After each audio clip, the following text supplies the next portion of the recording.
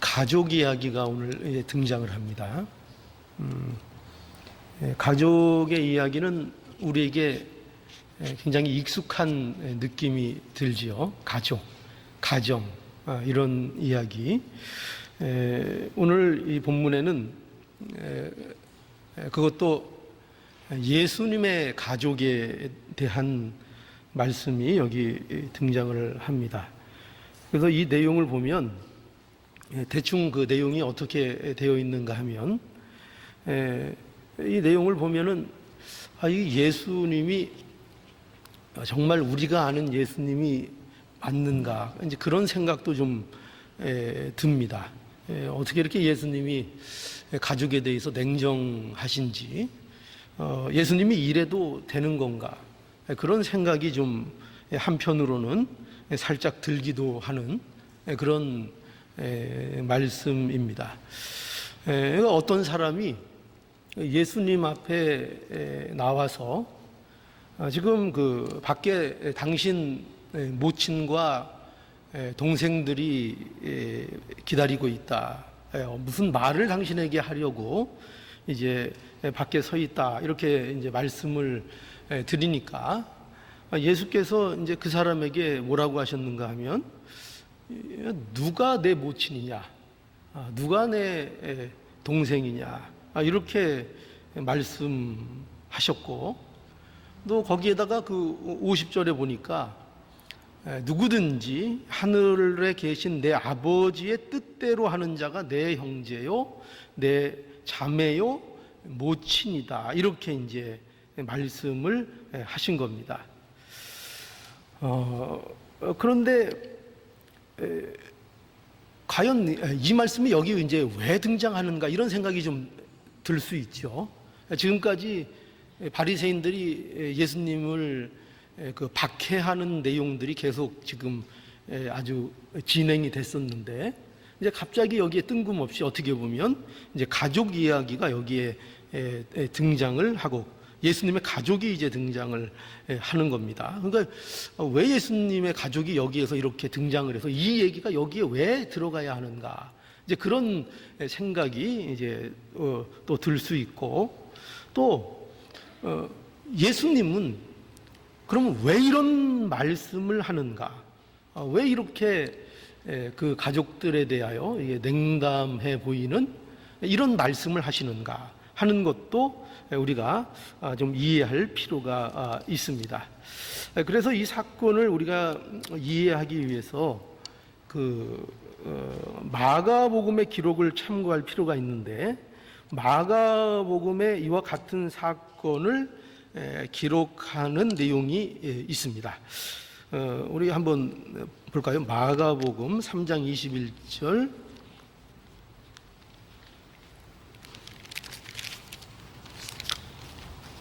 마태, 마가. 예. 여러분들도 찾으시라고 저도 이제 같이 찾는 겁니다. 그래야. 마가복음 3장 21절에 보면 거기 어떤 말씀이 있는가 하면 이렇게 돼 있어요. 예수의 친족들이 듣고 친속들이 듣고 붙들러 나오니 이는 그가 미쳤다 함이러라, 이런 말씀이 여기 등장을 합니다.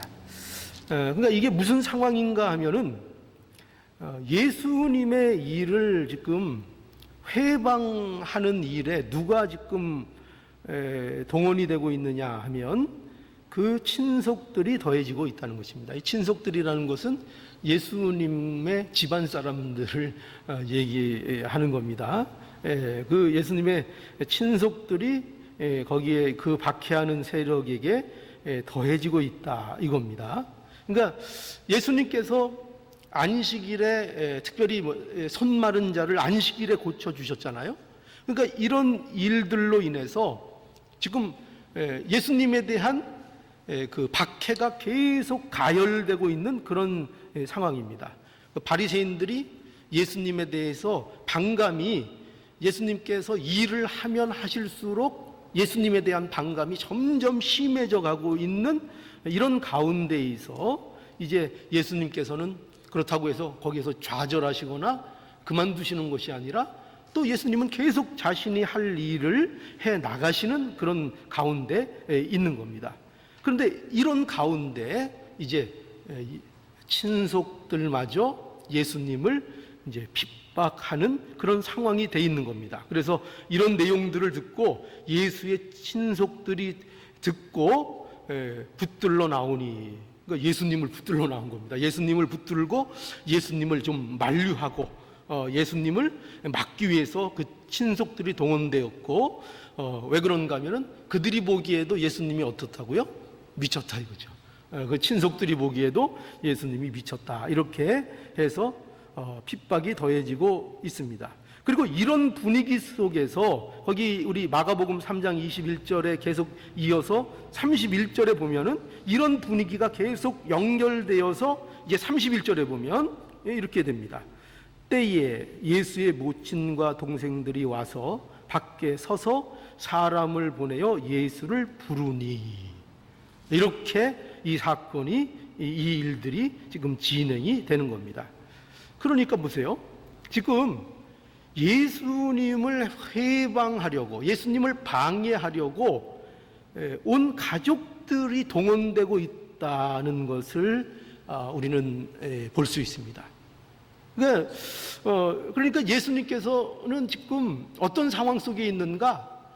물론 바리새인들과 모든 사람들이 예수님에 대하여 방해하고 핍박하고 어떻게 하면 예수님을 죽일까 하는 그런 마음들이 심화되는 가운데, 거기다가 더군다나 예수님의 친속들, 게다가 그의 모친, 우리 모친 하면은 우리가 일반적으로 생각하면 얼마나 믿음이 좋은 분이라 이렇게 생각을 하게 됩니까? 그런데 아직 이 단계에 있어 보면 그 모친이나 또 그 동생들은 아직, 어떻게 보면 특별히 그의 형제들은 예수님에 대해서 아직 그렇게 신뢰를 갖고 있지 않는, 믿음을 갖고 있지 않은 그러한 상태이고, 이렇게 형제들까지 동원돼서 예수님을 방해하는 이런 상황이 벌어지고 있는 것입니다.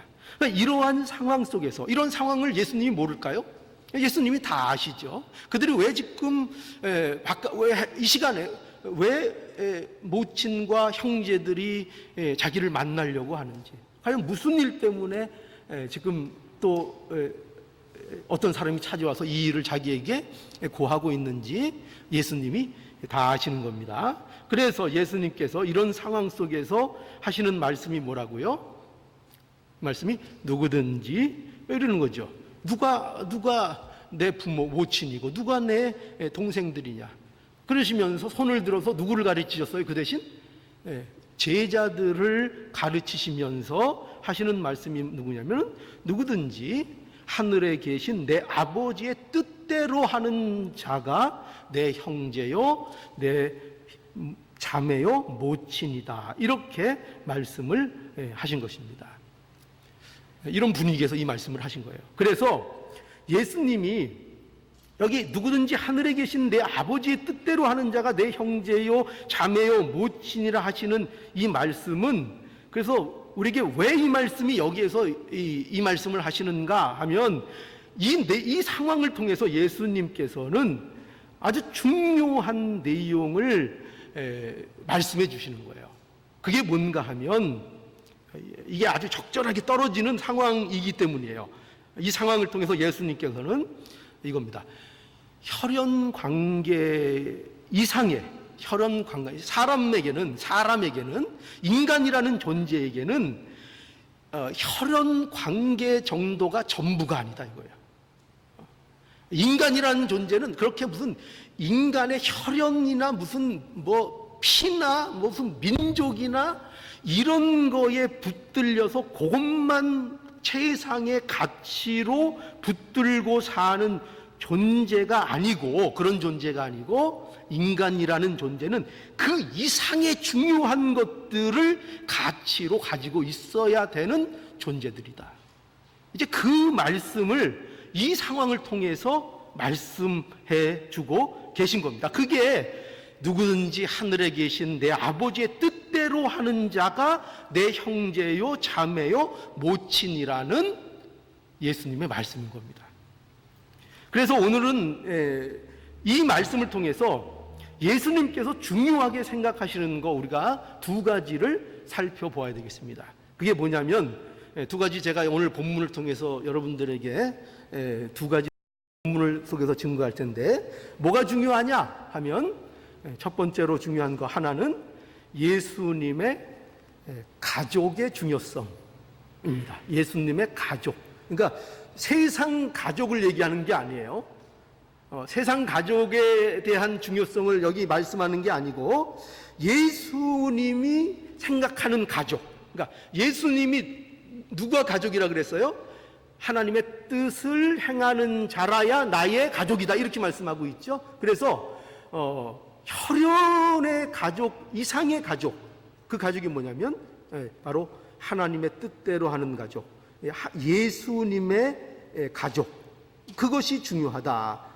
그 중요성을 이제 오늘 이 본문에서 얘기하고 있고, 그리고 또 하나의 중요한 내용은 뭐냐면 하나님의 뜻대로 행하는 것이 중요하다.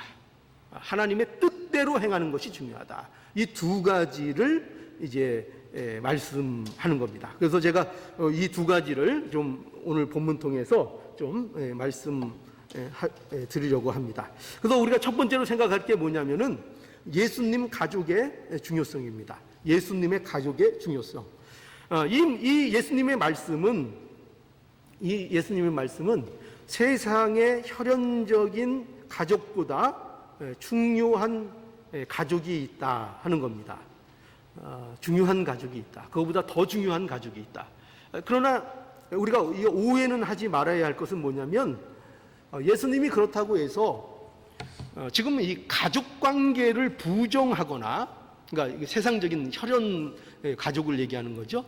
그 가족 관계를 부정하거나 또는 육신의 가족이라는 의미의 무가치함을 예수님께서 지금 말씀하는 것은 결코 아닙니다. 그런 건 아니에요.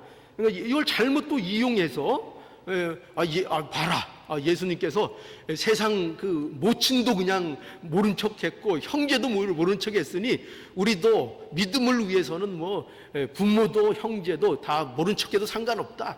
뭐 이렇게 하라는 얘기가 아닙니다.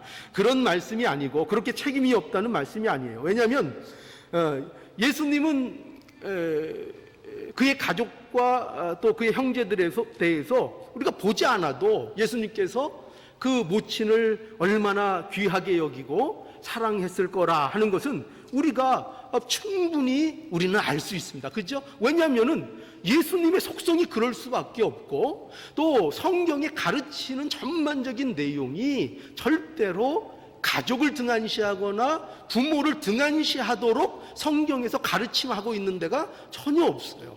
그렇기 때문에 우리 십계명에만 봐도 부모를 공경하라는 거 아닙니까? 그러니 분명히 예수님께서도 그의 사랑을 아끼시고 귀하게 여기시고 이 가족이라는 관계를 굉장히 중요하게 생각하셨을 것이 분명합니다. 그래서 우리 그리스도인들은요, 가족에 대한 의무와 책임을 누구보다도 다해야 됩니다. 가족을 사랑해야 합니다. 믿음이라는 것을 핑계로 해서 가족을 등한시하는 이런 일들은 건전한 신앙에 바람직하지 않습니다. 물론 특별한 경우들이 있을 수 있다는 것은 압니다. 그죠? 우리가 그런 분들이 있는 거 압니다. 그러나 일반적으로 그리스도인들은 가족이나 또 형제들에 대해서 자기의 의무와 책임을 다하고 가족이 귀한 것을 알아야 합니다. 그건 뭐 분명한 사실입니다. 그런데 우리가 예수님께 대해서 우리가 분명히 이 말씀을 통해서 알아야 되는 것은 그럼에도 불구하고 예수님이 뭘 말씀하고 있는가 하면은 그렇게 세상에서 어떤 관계보다도 중요한 이 피의 관계, 혈연의 관계, 우리가 피는 물보다 진하다, 세상에 이런 얘기 하지 않습니까? 그런데 그런 관계보다도 우리에게는 더 중요하고 더 비교할 수 없이 중대한 관계가 있는데 그것이 하나님의 가족, 예수님의 가족이라는 이 영적 공동체야말로 그 모든 관계보다 훨씬 중요한 관계요, 공동체다 하는 것을 이제 말씀하고 있는 겁니다. 그래서 우리가 이 예수님에 대해서 분명히 알아야 될 게 뭐냐면, 예수님이 이 땅에 왜 오셨는가 할 때 예수님은 단지 우리 육체의 문제를 위해 오신 분이 아니라는 것을 우리는 분명히 이해할 수 있어야 됩니다. 예수님이 그저 우리의 먹고 사는 문제, 세상의 문제, 육신의 문제, 이런 것들을 해결하는 분으로 이 땅에 오신 것이 아니고 그 이상의 일을 하시기 위해서 이 땅에 오신 분이라는 것을 알아야 하고, 그 이상의 일이 무엇인가 하면 바로 우리를 하나님의 가족이 되게 하시기 위하여 이 땅에 예수님께서 오셨다 하는 것입니다. 이거를 놓치지 않아야 합니다. 그래서 여러분, 우리의 신앙생활 가운데 우리가 목적해야 되는 것, 우리가 가장 귀하게 여겨야 되는 부분이 뭐냐면 바로 이거보다 중요한 일이 없다는 것을 알아야 합니다. 우리가 예수 그리스도 안에서 한 가족이 되었다는 것, 예수님의 가족이 이제 되었다는 것, 이게 너무나도 우리에게 크고 중요한 사실이라는 것, 그 어떤 것보다도 중요한 사실이라는 것. 여러분, 왜냐하면 모든 사람들은 사실은 예수의 가족으로 부름을 받기 전에는 다 누구의 가족일까요? 세상 사람들이 또 들으면은 좀 속이 상하겠지만, 그러나 뭐 성경이 말씀하는 걸 어떡하겠습니까? 모든 사람은 예수 그리스도 안에 속하기 전에는 마귀에게 속해 있습니다. 그러니 마귀의 가족이라고 할 수밖에 없죠. 마귀의 가족들입니다, 모두가. 우리 에베소서 2장 3절에 보면, 그래서 예수를 알기 전의 상태를 어떻게 묘사했는가 하면 여러 가지로 묘사했는데, 에베소서 2장 3절의 끝에 보면은 이렇게 표현하고 있죠. 본질상 진노의 자녀다. 그러니까 마땅히 멸망받을 마귀의 자녀라는 거예요. 그러니까 어떤 여지가 없어요. 그들은 지금 태어난 대로, 그들이 생긴 대로, 그러니까 생긴 그대로 놔두면 되는 게 아니라, 생긴 그대로 놔두면 자연스럽게 어디를 향해 가요? 지옥을 향해 가는 겁니다. 뭐 누가 너 지옥 가라, 뭐 나쁜 짓 해서 너 지옥 가라, 이렇게 하는 게 아니에요. 누가 뭐 살다 보니까 인생살이가 너무 박해져 가지고 그냥 살라고 애쓰다 보니까 내가 이렇게 못돼져서 내가 나쁜 일도 하고 그래서 지옥 가는 게 아닌 거예요. 그래서 지옥 가는 게 아니고, 모든 인간은 그냥 태어나서 자연스럽게 성장해서 자연스럽게 자기 살 길 열심히 살고 가면 그 끝이 뭐라는 거예요? 지옥이라는 겁니다.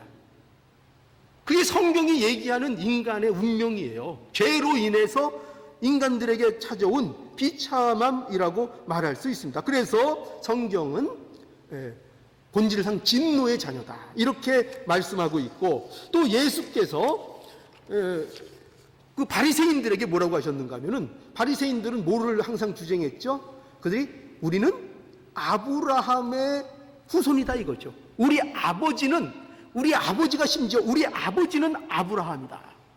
이게 왜 이렇게 얘기하는가 하면, 바리새인들은 그만큼 혈연적인 민족적인 우월감, 자기가 어떤 혈통에 있는가, 아브라함 자손이다 하는 것에 대해서 굉장한 자부심과 긍지를 가지고 있었고, 그것으로 인해서 신앙적으로, 영적으로 자신들이 안전한 지대에 있는 자들이라고 그들이 생각했던 거예요. 그래서 예수님께서 바리새인들의 그 외식을 지적하고 너희들이 자유를 얻어야 된다 이렇게 말씀하실 때, 우리가 언제 종이 된 적이 있느냐? 우리는 아버지가 아브라함이다 이렇게 예수님 앞에 얘기했던 겁니다. 그거에 대해서 예수님께서 뭐라고 말씀하셨는가 하면은 이렇게 말씀하신 거예요. 너희는 너희 아비 마귀에서 났으니. 그 바리새인들의 아비가 누구라는 거예요? 마귀라는 거예요. 너희 아비 마귀에게서 났으니라고 예수님께서 말씀하십니다. 여러분, 그러니 모든 인간은, 죄로 인하여 타락한 모든 인간은 누구의 가족이에요? 마귀의 가족이에요. 애써서 되는 게 아니에요. 그냥 그대로 여러분이 만약에 예수님 못 만나고 살면은 그냥 그대로 마귀의 가족인 겁니다. 근데 이 마귀의 가족이 그러면 결론이 어떻게 되느냐? 그냥 마귀의 가족으로 끝나는 게 아니라 마귀가 그 집의 가장이잖아요. 그러면 그 집의 운명은 어떻게 되는 겁니까? 다 멸망으로 치닫는 거예요. 그 결국은 멸망입니다. 결국 그 모든 마귀의 가족은 마귀의 운명과 같이 멸망될 수밖에 없는 거예요. 하나님 앞에 저주받은 그 지옥의 그 형벌을 면할 길이 없는 거예요. 거기에 영원토록 거기에서 형벌을 받아야 하는 그런 존재가 되는 것입니다. 그 멸망할 수밖에 없는 거예요.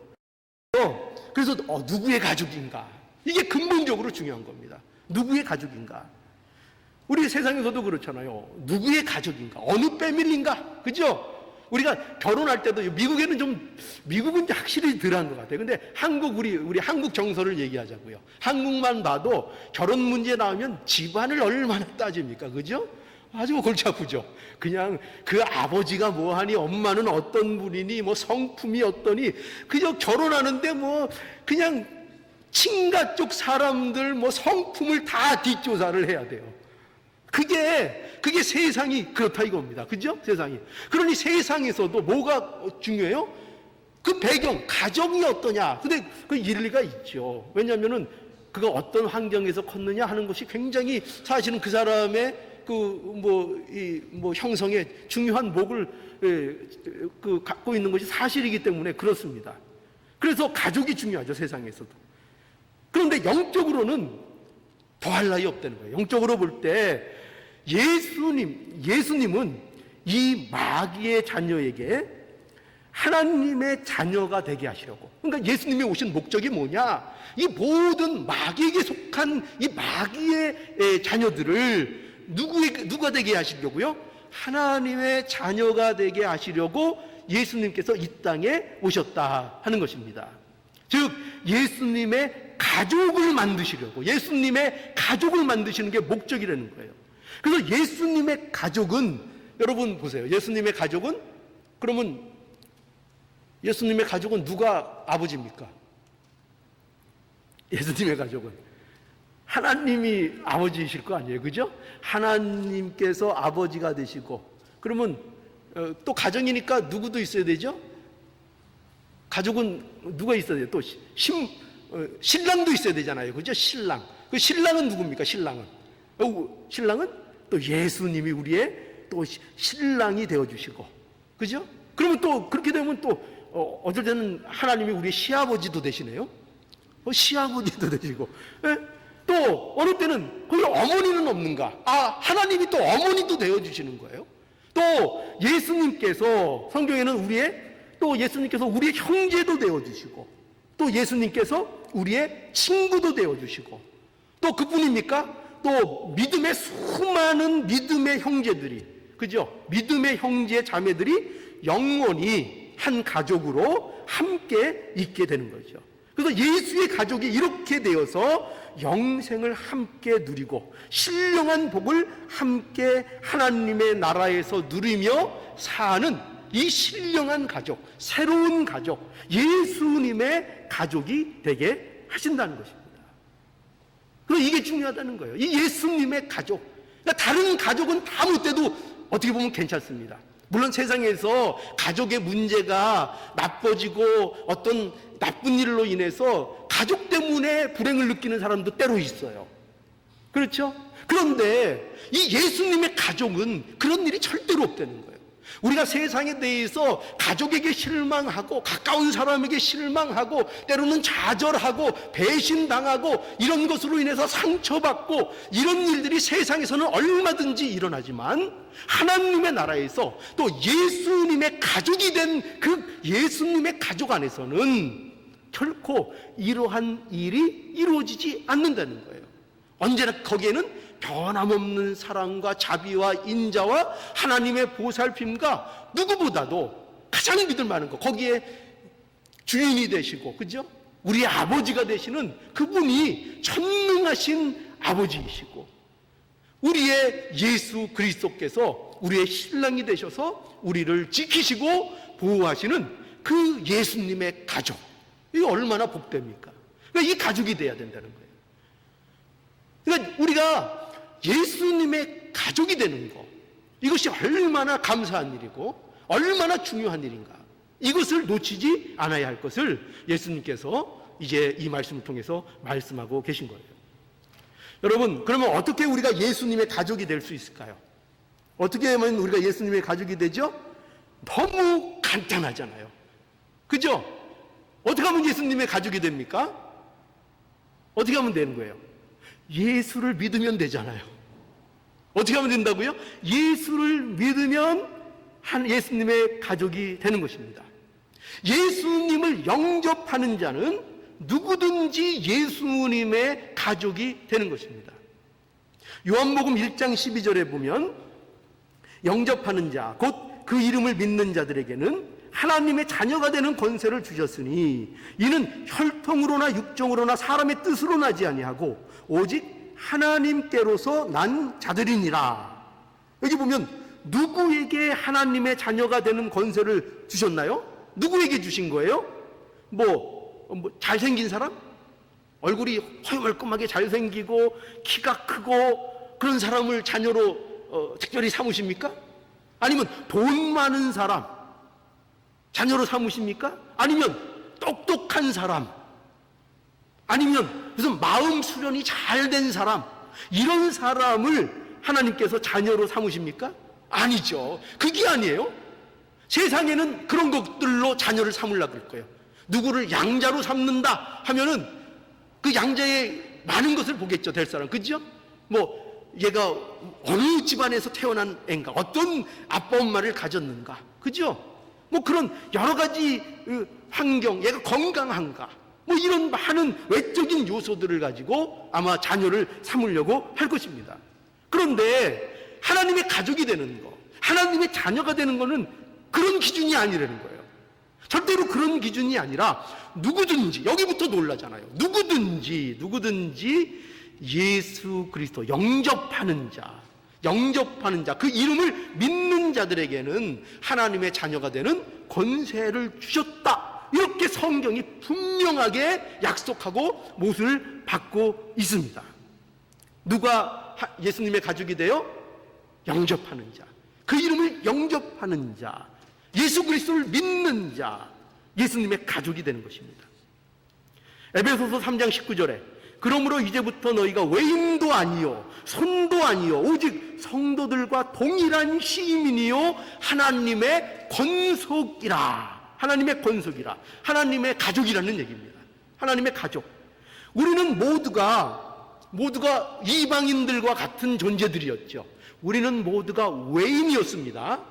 믿음 안에 있지 못했습니다. 하나님 안에 있지 못했습니다. 우리는 전부 다 하나님의 보호 바깥에 있는 외인이었고 손님과 같은 존재, 손이었습니다. 나그네와 같은 존재, 그러니까 포함되지 않은 존재였습니다. 그래서 우리는 가족이 아니었습니다. 그렇죠? 그러나 무엇으로 우리가 화목하게 되었는가? 무엇으로 하나님 앞에 화목하게 되었는가 하면은, 어떻게 우리가 하나님의 가족이 되었는가 하면은 우리의 화평이신 예수 그리스도로 인하여 가족이 되었다. 그러니까 오직 이 방법밖에 없는 겁니다.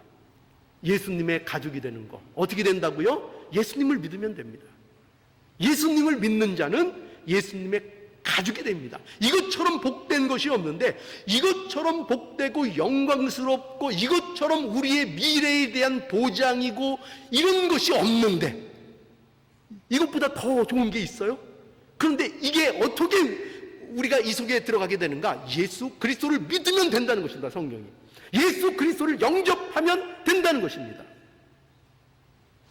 예수 그리스도를 믿으라. 그러면 예수님의 가족이 된다 말씀하는 것입니다. 자, 그래서 우리는 이 말씀을 통해서 우리가 첫 번째로 뭘 알아봤는가 하면은 예수의 가족의 중요성 우리가 알아봤는데요. 이제 두 번째로 오늘 본문을 통해서 우리가 알아봐야 될 건 뭐냐면, 아까 말씀드린 대로 하나님의 뜻대로 하는 것에 대한 중요성입니다. 하나님의 뜻대로 해야 합니다. 하나님의 뜻대로. 예수께서는 하나님의 뜻대로 하는 것이 중요하다, 이렇게 말씀하고 있는 것입니다. 그런데 여러분, 한번 세상을 한번 보세요. 세상을 보면은 세상이 어떻게 움직이는가 하는 걸 보십시오. 세상이 과연 하나님의 뜻대로라는 이 가치, 이것을 따라 세상이 움직이고 있는가? 그렇지 않다는 거죠. 세상은 어떻게 움직이고 있고, 많은 사람들은 무엇을 따라가고 있는가 하면 자기가 가고 싶은 대로 가고 있는 거예요. 자기가, 모두가. 그래서 다 뭐를 쓰고 있어요? 자기 눈에, 저도 뭐를 하나 쓰고 있죠. 이게 뭡니까? 안경을 썼죠. 안경을 썼죠. 그런데 무슨 안경을 쓰면 안 되는가 하면, 무슨 안경을 쓰면 안 될까요? 까만 안경이요? 미국에서 까만 안경 껴야 돼요. 햇빛이 너무 강해서. 무슨 안경을 쓰면 안 되는가 하면 색안경을, 그것도 색안경인가요? 그러니까 색안경, 그러니까 제가 말씀드리는 색안경은 몸통 세상을 왜곡시키는 안경, 그게 모든 사람에게 있다는 거예요. 모든 사람은 정말 하나님의 뜻대로 세상을 보는 것이 아니라 자기의 눈을 가지고 모두 왜곡된 색안경을 쓰고, 우리가 저는 정치 얘기 같은 거 하는 거 좋아하지 않지만, 어떤 사람은 빨간 안경을 쓰고, 그죠? 어떤 사람은 파란 안경을 쓰고, 물론 그 여러 가지 타당한 이유들이 있죠. 그런데 모든 것들을 그 안경을 쓰고 봅니다. 그죠? 모든 것들을 아주 지긋지긋할 정도로, 그죠? 지긋지긋할 정도로. 그러니까 우리가, 이거는 무슨 정치 얘기를 하는 것이 아니라 인간들이 그렇다는 거예요. 인간들이 전부 다 자기 안경을 쓰고 자기 가치를 가지고 자기 생각하는 것, 자기 자랑거리를 가지고 모두 자만심에 빠져 있고, 그것을 가지고 세상 모든 것들을 판단하고 바라보고 있는 그런 모습으로 살아가고 있다는 거예요. 사람들이 생각하는 것 이상의 가치가 있다는 것을 인정하지 않는다는 거예요. 그러니까 자기가 보는 거, 자기가 보고 싶은 거, 자기가 생각하는 거, 내가 생각하고 있는 어떤 종교적인 신념, 이런 거에만 함몰되어서 그것만 죽자사자 붙잡고 있지, 하나님의 뜻이 정작 무엇인가를 보려고 하지 않는다는 거예요. 정말 가치 있는 게 뭔지, 정말 바라봐야 되는 게 뭔지에는 관심이 없다, 이렇게 말씀하고 있는 겁니다. 그래서 사람들은 자기 생각, 자기 기준으로 판단하고 조금도 그 이상의 것을 보려고도 생각하려고도 하지 않는다는 거예요. 그러다가 죽는 거예요. 그러다가 인생 끝나는 거예요. 그러니까 세상 사람들의 사는 모습이 뭐냐? 어떤 사람은 행복하게 산다, 어떻다, 얘기들이 많죠. 다양하게 산다. 그렇지만 모든 사람의 인생은, 운명은 어떤 운명인가 하면은 이거예요. 안타깝게도 세상적인 가치를 가지고 자기가 옳다고 하는, 자기가 갖고 있는 어떤 근거들을 가지고 그것으로 안경을 쓰고 편을 가르고 시기하고 질투하고 분쟁하고 싸우고, 그것 때문에 자기 만족하고 자기 잘난 척하고, 그러다가 그냥 가는 거예요. 이게 인생이에요. 모든 인생이 이렇게 살고 이렇게 끝납니다. 전부 다 제멋에 살다가 끝나는 겁니다. 모든 인생이 이렇게 끝나는 겁니다. 이러한 사실을 예수님을 핍박하는 자들을 통해서 지금 보여주고 계신 거예요. 이게 그래서 오늘 이 말씀이 중요한 겁니다. 그들이 무엇을 근거로 해서 예수님을 핍박하는지를 보라는 거예요. 뭐를 근거로 해서 예수님을 핍박하죠? 예수님을 반대하고 핍박하는 근거가 뭐예요, 과연? 그들이 뭐죠? 자신의 의예요. 자신들의 의의를 가지고 예수님을 핍박하는 겁니다. 그런데 그 자신들의 의가 어디서 나오는 의인가 하면 자기들이 뭐라는 거예요? 우리가 정통 이스라엘이라는 거예요. 우리가 정통 유대인이고 우리 아버지가 아브라함이고 아브라함의 자손이고 우리가 율법을 가졌고 우리는 저런 이방인들, 저런 개같은 저런 종자들하고는 다르다는 거예요. 이스라엘이 그거를 근거로 해서 누굴 핍박한다고요? 예수님을 그거로 근거해서 핍박하는 거예요. 그들의 중심에는 예수님을 받아들이지 못하고 예수님을 거부하는 그들의 중심에는 바로 이 자기의가 자리 잡고 있는 거예요. 자기의가. 유대인들이 무엇으로 자신의 정당성을 주장하는가? 뭐 이거잖아요. 뭐 별게 있어요? 혈통. 우리가 누구다 이거예요. 우리가 누구다. 별거 아니에요. 우리가 누구다 이거 가지고 자신들의 정당성을 주장하고 예수님을 핍박하는 거예요. 우리가 율법 가졌다. 이것을 자랑하면서 자신들이 안전하다. 우리는 안전하다. 우리는 아브라함의 자손이니까 안전하다. 우리는 그래도 하나님 앞에 율법을 받은 자들 아니냐. 그러니 우리는 안심해도 된다. 안전해도 된다. 이렇게 생각하고 있는 거예요. 여러분, 오늘날 우리의 모습이 어떻습니까? 이게 이 시대의 바리새인들의 모습일까요? 혹시 집안에 어른들 중에 목사가 많이 나온 집안, 또 뭐 장로님이 막 많은 집안, 혹시 그런 집안의 자녀들이 방심하는 거 아닐까요? 우리 아버지가 목사고, 그렇죠? 우리 집안이 대대로, 저도 굉장히 그런 면에 자부심을 가졌었죠. 우리 제 고향 점촌에 가면, 점촌이라는 곳에서 제가 태어났는데 거기 처음 생긴 그 침례교회가 있는데 거기 이제 개청 멤버들이 저희 집안 분들은 아니십니까? 그러니까 이런 거 가지고 어떻게 했죠? 우리는 그래도 이런 집안이니까 우리는 뭐 안심해도 될 것 같다. 그죠? 그런 함정에 빠지면 안 된다는 거예요. 그런 함정은 그건 안전한 장치가 아니라는 거예요. 여러분, 유대인들이 그랬던 거예요. 그래서 이에 대해서 예수님은 그게 아니라는 거예요. 이 말씀이 그거 아니다 이거예요. 그거 아니다. 너희들이 자랑하는 것 그거 가지고는 안 된다. 하나님의 뜻대로 행하는 자라야 된다. 이거예요. 너희들이 아무리 자랑거리로 내어놓아도 그거 갖고 안 된다 이거예요. 우리 아버지가 누구다, 내가 뭐 신앙생활 몇십 년 했다, 내가 누구한테 배웠다, 그게 중요한 게 아니라 지금 하나님의 뜻대로 하는 자로 있느냐는 거예요. 네가 지금 하나님의 뜻대로 하는 자냐, 그걸 물어보고 계시지, 네가 무슨 아브라함의 자손이고 신앙이 30년 됐고 누구 밑에서 컸고 누구한테서 신앙생활했고 그거를 물어보시는 게 아니에요. 그걸 물어보시지 않는다니까요. 그걸 보는 게 아니라 네가 하늘에 계신 하나님의 뜻대로 하니노, 그게 그리스도인의 증거라는 거예요.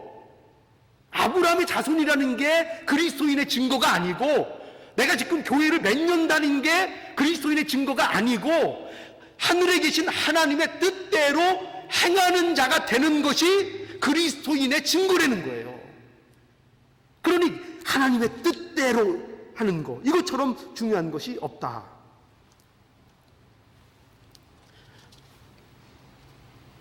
너희 자랑하는 것 그거 가지고는 안 된다, 이렇게 말씀하는 겁니다. 그래서 우리가 잘 알고 있는 그 바울도 마찬가지죠. 바울이 우리가 지금 얼마나 존경하는 믿음의 사도입니까? 그죠? 근데 이런 바울도 예수님을 만나기 전에는 그가 이런 삶을 산 거예요. 지금까지 설명한 자기가 가지고 있는 세상적인 의, 그거 갖고 힘을 내고 그거 갖고 열심 내고 그거 갖고 하나님 앞에 충성할 수 있다고, 하나님 잘 섬길 수 있다고 그렇게 뛰어댕기고 그냥 열심히 특심했던 자가 누구냐? 그가 바로 사도 바울이었던 거예요. 그래서 빌립보서 3장 4절로 6절에 보면 우리 유명한 말 알죠? 그러나 나도, 이거 이제 바울이 얘기하는 겁니다. 나도 육체를 신뢰할 만하니 만일 누구든지 다른 이가 육체를 신뢰할 것이 있는 줄 생각하면 나는 더욱 그러하리니 내가 8일 만에 할례를 받고 이스라엘의 족속이고 베냐민의 집하고 히브리인 중에 히브리인이요 율법의 위로는 바리새인이요 열심으로는 교회를 핍박하고 율법의 위로는 흠이 없는 자. 이게 지금 누구에 대한 설명이에요? 예, 자신에 대한 설명이에요. 예수를 만나기 전에는 그가 사는 근거였어요, 이 모든 것들이. 근데 예수님을 만나니까, 예수님을 만나고 난 다음에 어떻게 고백했죠? 이것에 대해서 바로 어떻게 고백했어요? 내가 이것들을 배설물같이 여긴다. 내가 예수 그리스도를 아는 지식들을 알고 보니까, 예수님을 만나고 나니까 내가 나의 삶의 근거로, 나의 의로 가지고 나를 지탱했던 그 모든 것들이, 나의 자존심이라고 생각했던 그 모든 것들이 배설물과 같은 것들이었다는 것을 나는 알았다 이거예요. 예수 그리스도 안에서 이걸 알았다는 거예요. 그러니까 예수님을 만나기 전에는 전부 다 이 삶을 사는 겁니다. 이 삶을 사는 거예요. 그래서 무엇이 중요하다고요? 하나님의 뜻을 행하는 거. 예수님의 뜻이 무엇인가? 그 예수님의 뜻을 따라가는 겁니다. 예수님의 뜻대로 사는 삶을 사는 것입니다. 사는 것입니다. 마태복음 7장 21절에, 그래서 우리 본 또 말씀이 있죠. 마태복음 7장 21절에 나더러 주여 주여 하는 자마다 천국에 다 들어갈 것이 아니요 다만 하늘에 계신 내 아버지의 뜻대로 행하는 자라야 들어가리라.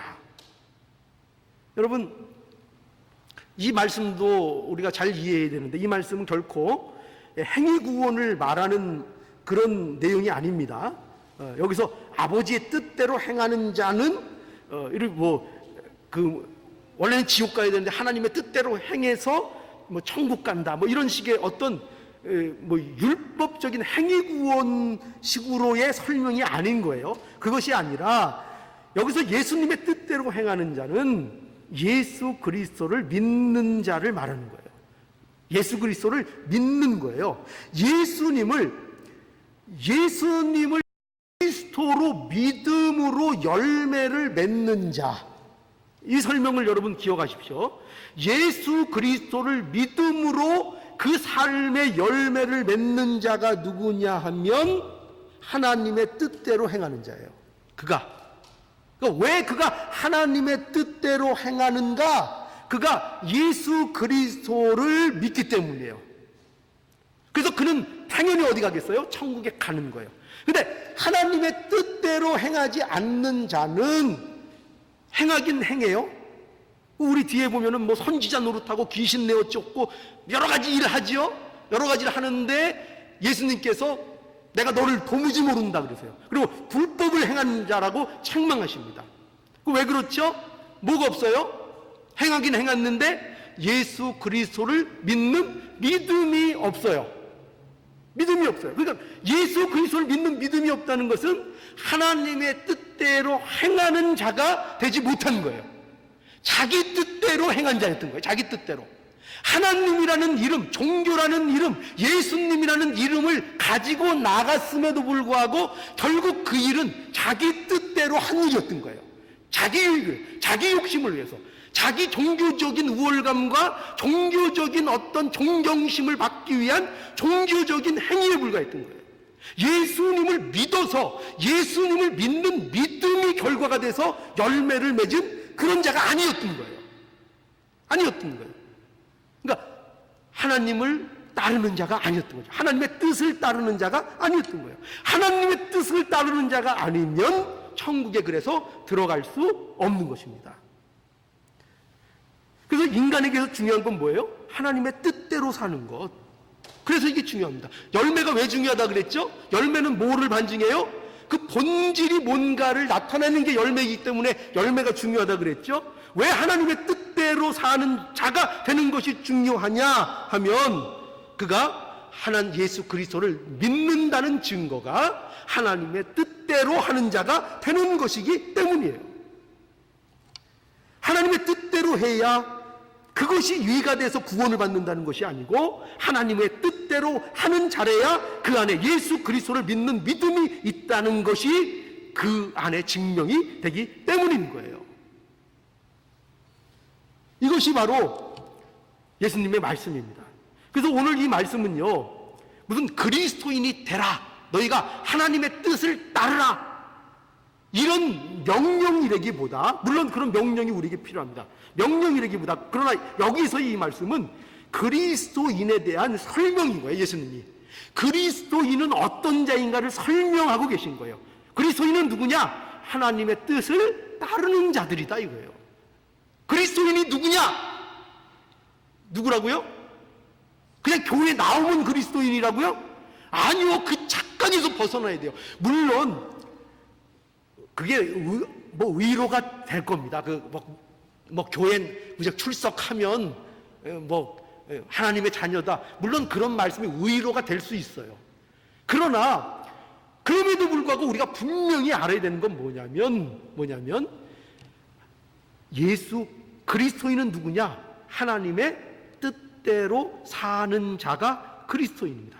하나님의 뜻대로 사는 자, 그가 바로 그리스도인이라 하는 것을 우리는 알아야 합니다. 그래서 우리는 이게 얼마나 중요한지를 알아야 돼요. 그리스도인은 하나님의 뜻을 따라 사는 자이다. 이거 기억하시기 바랍니다. 그래서 유대인처럼 우리가 아브라함의 자손이고 할례를 받은 자들이다, 이것이 하나님의 가족이라는 표가 절대로 될 수 없습니다. 하나님의 뜻대로 하는 자가 하나님의 가족이고 그리스도인입니다. 오늘 그 말씀을 하고 있는 거죠, 분명히. 자, 다시 한번 50절 보죠. 자, 이렇게 모든 걸 듣고 나서 또 읽으면 말씀이 확 새로워집니다. 자, 50절 보세요. 누구든지 하늘에 계신 내 아버지의 뜻대로 하는 자가 내 형제요 자매요 모친이니라 하시더라. 그죠? 그렇기 때문에 우리가 그리스도인이 되었다는 것은 우리가 하나님의 뜻대로 살 수 있는 자유를 얻었다는 것을 곧 의미합니다. 그러니까 우리가 그리스도인이 되었다 할 때 그 그리스도, 저와 여러분들이 그리스도인이 되었죠. 그 의미가 뭐냐면 이제 그 의미는 우리는 하나님의 뜻대로 살 수 있는 자유. 그러니까 하나님께서 우리를 강제로 이렇게 하려는 게 아니에요. 강제로 붙잡아 이렇게 막 목을 막 비틀고 이러시는 게 아니라 너희에게 자유를 주셨다는 거예요. 자유. 예전엔 자유가 없었어요. 자유가 없었고 그냥 계속 어디로 가요? 계속 죽음을 향해 걸어갑니다. 누가 뭐 시켜서가 아니고 그냥 자기 본성을 따라 계속 멸망의 길로 걸어갑니다. 계속 멸망의 길로 걸어가는데 이제 하나님께서 예수 안에서 구원하셔서 그리스도인이 되게 하셔서 하나님의 뜻대로 살 수 있는 자유를, 이 사망을 위해서 끝없이 달려가는 그를 이제 자유롭게 해주신 거예요. 자유롭게 해줘서 이제 뭐를 할 수 있도록요? 의를 행할 수 있도록, 하나님의 뜻을 따라 살 수 있도록 만드셨습니다. 이것이 바로 그리스도인입니다. 그러니까 저와 여러분들이 바로 이 자유를 얻은 것입니다. 그래서 그리스도인들은 자신을 뭐의 병기로 내줘야 되겠어요? 의의 병기, 그죠? 우리 병기, 우리 군사들 아닙니까? 전부 다. 그리고 우리는 우리 자신들을 의의 병기로 날마다 하나님 앞에 드리는 자가 돼야 하고, 이것이 신자의 삶이고 이것이 신자의 자유인 것을 우리는 알아야 되겠고, 이것이 우리에게 특권이고 우리에게 복이라는 사실을 분명히 알아야 됩니다. 그래서 예수님이 이것이 중요하다 이렇게 말씀합니다. 이것이 중요하다. 그러니 여러분 이제 확인할 수 있겠습니다. 뭐냐? 우리의 복, 그게 뭐냐? 우리가 오늘 본문 말씀을 통해서 확인하기를 바랍니다. 우리가 하나님의 뜻대로 행하는 것이 있는가? 이거 확인해 볼 수 있어야 되겠습니다. 우리의 삶은 과연 하나님의 뜻을 행하는 자인가? 나는 지금 하나님의 뜻을 행하는 자인가? 그리고 이것이 우리의 삶의 목적이고 우리의 복의 기준이 되고 있는가? 이거를 이제 점검해 보셔야 되는 겁니다. 이것 때문에 내가 즐겁고, 이것 때문에 재미가 있고. 여러분, 신앙생활이 왜 재미가 없는지 아세요? 여러분, 신앙생활 재밌는 분. 이게 손을 못 드면 곤란한데. 신앙생활이 재밌으세요? 네, 재밌죠. 근데 어떤 분들은 재미가 없어요, 솔직히. 신앙생활. 왜 재미가 없느냐? 신앙이라는 이름으로 중요하지 않은 세상적인 가치와 성공을 목적으로, 그 대가로 삼고 있기 때문인 것입니다. 그러니까 신앙을 가지고 뭘 하고 있는가? 하나님을 믿는다는 것을 가지고 뭐를 목적하고 있는가? 세상적인 대가를 바라는 거예요. 세상적인 대가, 세상적인 가치, 그런 것들을 바라고 그런 것들을 목적하고 있기 때문에, 그래서 그리스도인들에게 정말 하나님이 주시는 복에 대해서 감각을 느끼지 못하는 거예요. 왜 재미가 없죠? 내가 갖고 있는 게 뭔지를 모르니까. 내가 왜 찬양이 왜 안 나오죠? 우리가 예수 그리스도를 믿는다 이렇게 얘기하고 늘 예배당에 나와서 찬송도 부르면서 그 찬송이 막 왜 그 찬송이 감동스럽지 않고 힘이 나지 않고 왜 그렇게 된 거죠? 자기가 부르고 있는 찬송의 내용이 뭔지를 모르니까. 자기가 예수 그리스도 안에서 하나님이 주신 그 복의 가치가 뭔지를 모르니까. 그 복이 뭐예요? 우리에게 주신 복은 이거예요. 무슨 세상의 성공 이런 게 아니에요. 세상의 가치 이런 게 아니에요. 지금 뭘 예수님이 말씀하고 계세요? 이 가족에 대한 이 비유를 통해서 그 세상이 가장 가치 있게 여기는 것보다 너희 인간이라는 존재는 더 가치 있게 여겨야 하는 것들이 너희에게는 있다, 이거잖아요. 그거 말하는 거잖아요. 니네가 지금 가장 귀하게 여기는 거 뭐냐? 기껏해야 너희들이 잣대로 삼을 수 있는 게 천연관계 아니냐 이거예요. 너희 가족, 너 세상의 성공, 네가 생각할 수 있는 세상의 가치, 기껏해야 그거 갖고 너희들 행복하니 어쩌니 그러면서 가치를 따진다 이거 아니에요. 그런데 예수님이 하신 말씀이 뭐예요? 너희들은 그것 정도로 만족하고 그것을 가치로 여기는 자들이 아니라 그 이상의 것들을 가치로 볼 수 있는 자들이다. 이게 그리스도인이다. 그러면서 계속 말씀하는 게 뭐예요? 거룩, 의, 진리, 온유, 그게 너희의 복이다. 그거를 봐라 이거예요. 그거를 보라. 근데 우리를 새 사람이 되게 하셔서 날마다 의와 진리와 거룩으로 나게 하시는데 왜 그걸 힘을 안 쓰죠? 의와 진리와 거룩이 재미가 없어요. 그게 뭐가 복인지를 몰라요. 하나님께서는 예수 그리스도 안에서 우리에게 그야말로 다이아몬드, 세상에 가장 값진 게 다이아몬드 아니에요?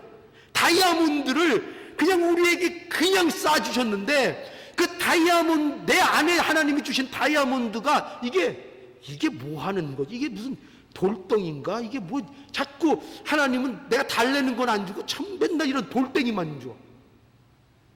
그러고 있는 거예요. 그러니 신앙이 재밌어요, 안 재밌어요? 재미가 없죠. 맨날 무거운 돌덩이만 주시니까. 그런데 이걸 알려는 거예요. 뭐가 중요한지를 알려는 거예요. 뭐가 중요한지.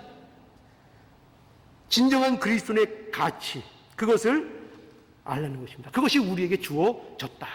그것이 중요하다. 자, 그래서 오늘 이 말씀 기억하시기 바랍니다.